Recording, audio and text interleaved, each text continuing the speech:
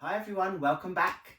Thank you so much for joining me today. Okay, so you've enjoyed some of the pieces that I've done recently where I've done a couple of colours on the base, blown them out so it's all chaotic, and then puddled some colours on top and then blown it out and used some finger swipes to connect those puddles and those designs together to show a moving piece, an easy flowing piece. So today I'm going to use a violet and a magenta base, and then I'm going to layer some pinks on top.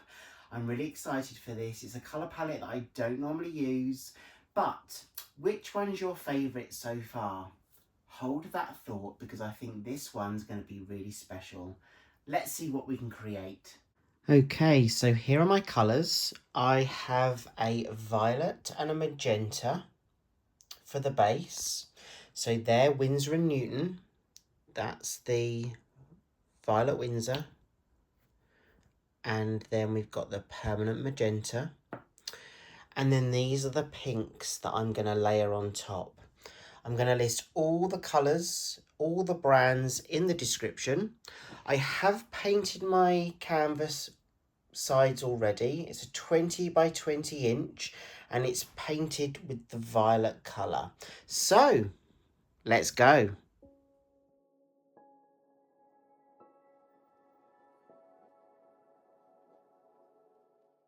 So first of all, I've taken the violet and I'm literally just pouring the paint from my cup onto my canvas. And then once the violet is on the base, I will then get the magenta and add the magenta to the violet on the canvas. And then I'll grab my hairdryer and blow all those two paints in together, let them merge, let them immerse in together, and create a different kind of movement and texture on the base before I start puddling the other paints on top. The torch here that you can see now just pops any of those air bubbles that have been created. You normally get air bubbles when you mix your paints together, and that's used just to pop those before we carry on with our process.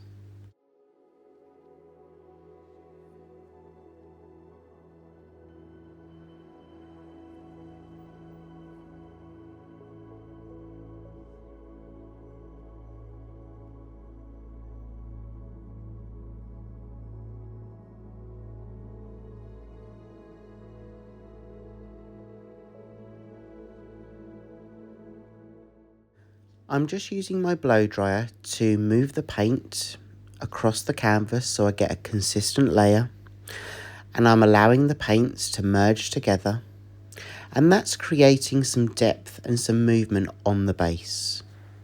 The hairdryer itself is on a cool setting and on the slowest setting.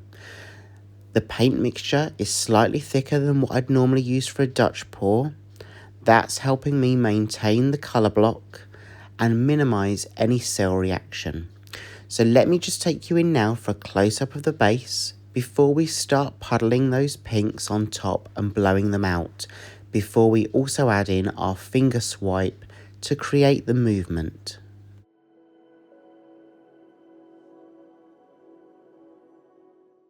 So I'm just starting off with one colour first, just to put some small puddles on the canvas. I'm just going to do 3 puddles, so it's like a triangle.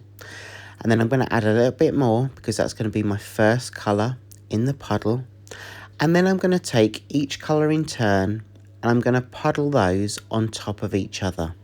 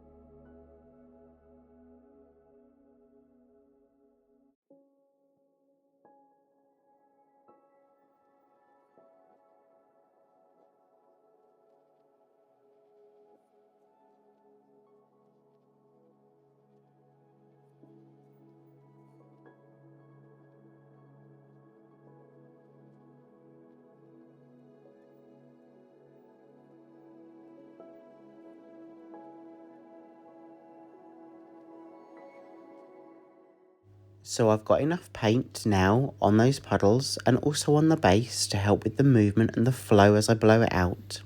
So I'm just going to push those puddles into each other, allow that paint to react with each other, and then I'm going to take one puddle at a time and blow that puddle out across the canvas.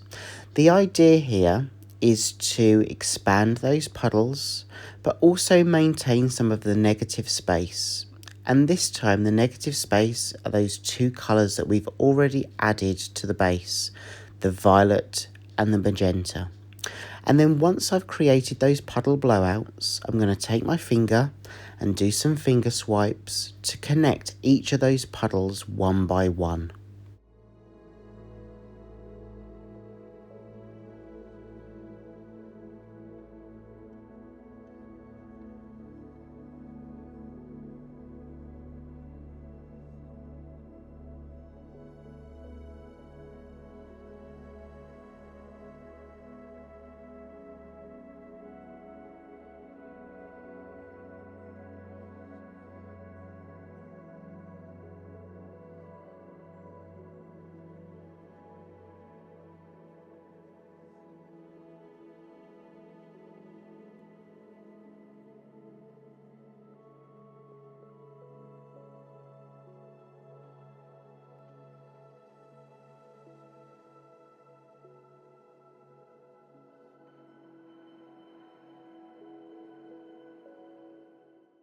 You'll see here that I'm actually blowing some more of the paint down the side with my blow dryer that was originally on the base. They're the base colours. There was too much of a puddle there.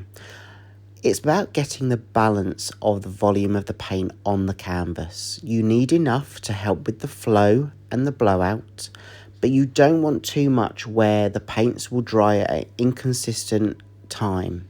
So what I mean is the layers underneath are not drying as quick as the layers on top, and that's when you'll find cracking across your piece. It just means that you've got too much paint on your canvas if you're experiencing that cracking effect. So again, I'm just going to take one puddle at a time. I step back, look at the composition, and really decide about how much I need to blow out and how much of the negative space I want to keep.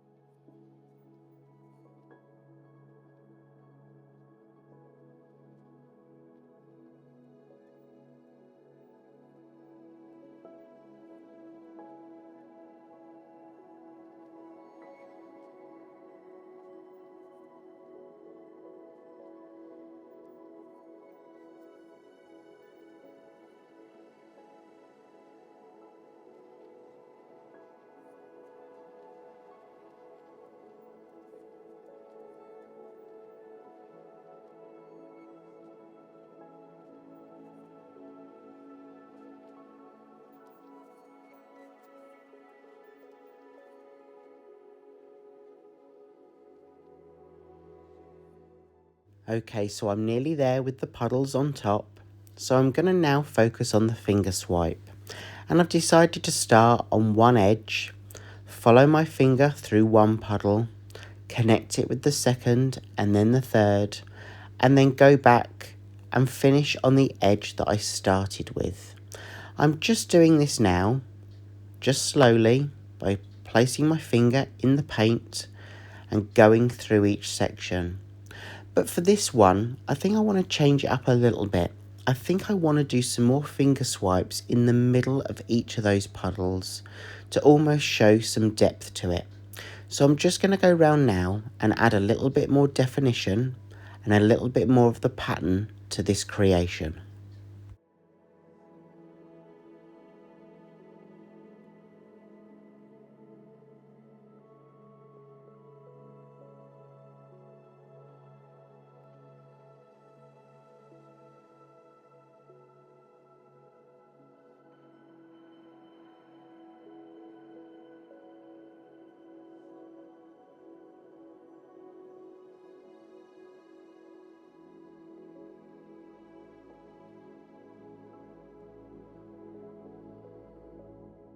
I'm so happy with this, and those colours just really pop. So I'm hoping this dries really well.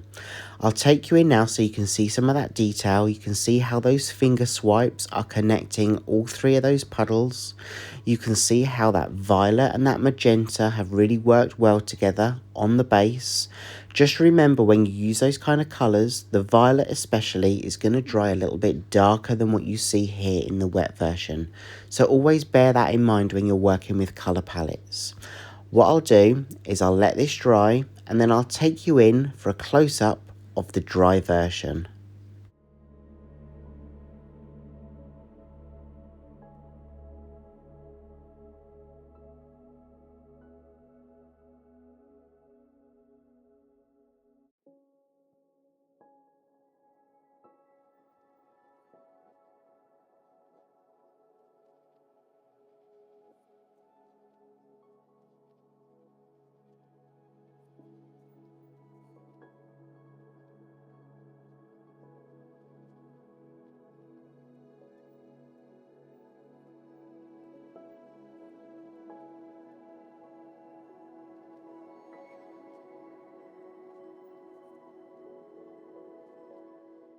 And here we go, here's the dry version.